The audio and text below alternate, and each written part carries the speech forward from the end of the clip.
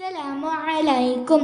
Today I am going to recite Surah Nahl, ayah number 36 and 37, with meaning. A'udhu billahi minash shaytanir rajim. ശപിക്കപ്പെട്ട പിശാചിൽ നിന്ന് ഞാൻ അല്ലാഹുവിനോട് അഭയം തേടുന്നു. ബിസ്മില്ലാഹിർ റഹ്മാനിർ റഹീം.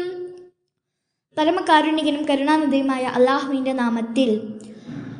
വലഖദ് ബഅസ്നാ ഫീ കുല്ലി ഉമ്മത്തിർ റസൂലൻ അൻ ഇഅ്ബുദുല്ലാഹ വജ്തനിബുത് ത്വാഗൂത്ത് മൻ ഹദല്ലാഹു വമിൻഹും മൻ ഹഖ്ഖത് അലൈഹി الضلالة فسيروا في الأرض فانظروا كيف كان عاقبة المكذبين. തീർച്ചയായും ഓരോ സമുദായത്തിലും നാം റസൂലിനെ നിയോഗിച്ചിട്ടുണ്ട്.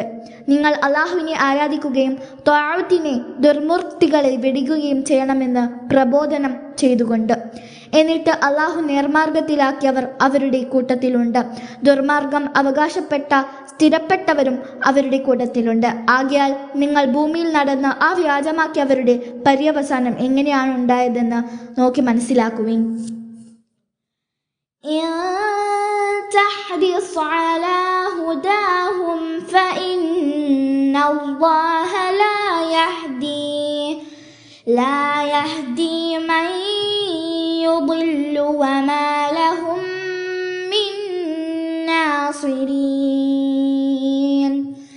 നബിയെ, അവരെ നേർമാർഗത്തിലാക്കുവാൻ നീ അത്യാഗ്രഹിക്കുന്നുവെങ്കിൽ നിശ്ചയമായും അല്ലാഹു വഴിപ്പിഴവിലാക്കുന്നവരെ അവൻ നേർമാർഗത്തിലാക്കുകയില്ല. അവർക്ക് സഹായികളായിട്ട് ആരുമില്ലതാനും.